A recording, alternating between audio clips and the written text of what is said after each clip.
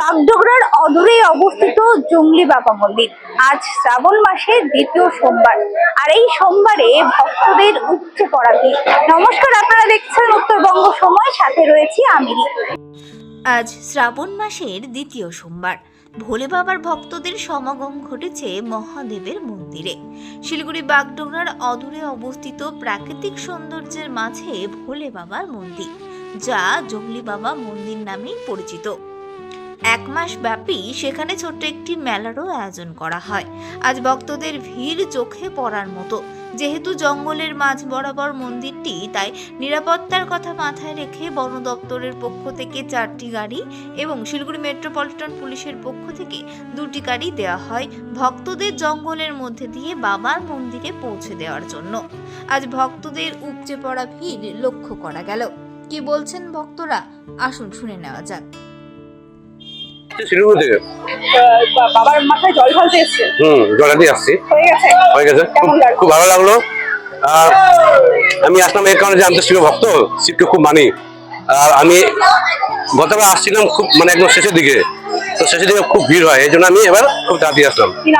আমার নাম মিঠুন রায়, Siliguri চেকপুর Bhaktinagar mega cycle, ওখান থেকে আসছি। খুব ভালো লাগলো। হ্যাঁ, প্রতি বছর আসি। সরস্বতী সিংহ। কোথা থেকে এসেছেন? এই যে মেডিকেল কলেজ থেকে।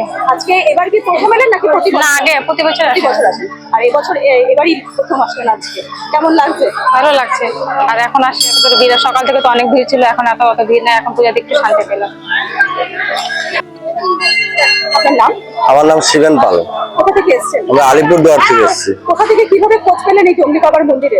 অ্যাকচুয়ালি আমরা এদিকে মাঝে মধ্যে আসি, এখানে কিছু কাজকর্ম ক্ষেত্রে আসি।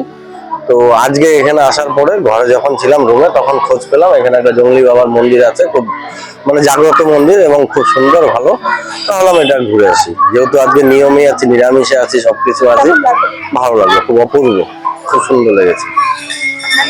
আমার নাম শিবেন পাল। আবার এখানেই দেখতে পাচ্ছেন প্রচুর ভক্তের সমাগম ঘটেছে।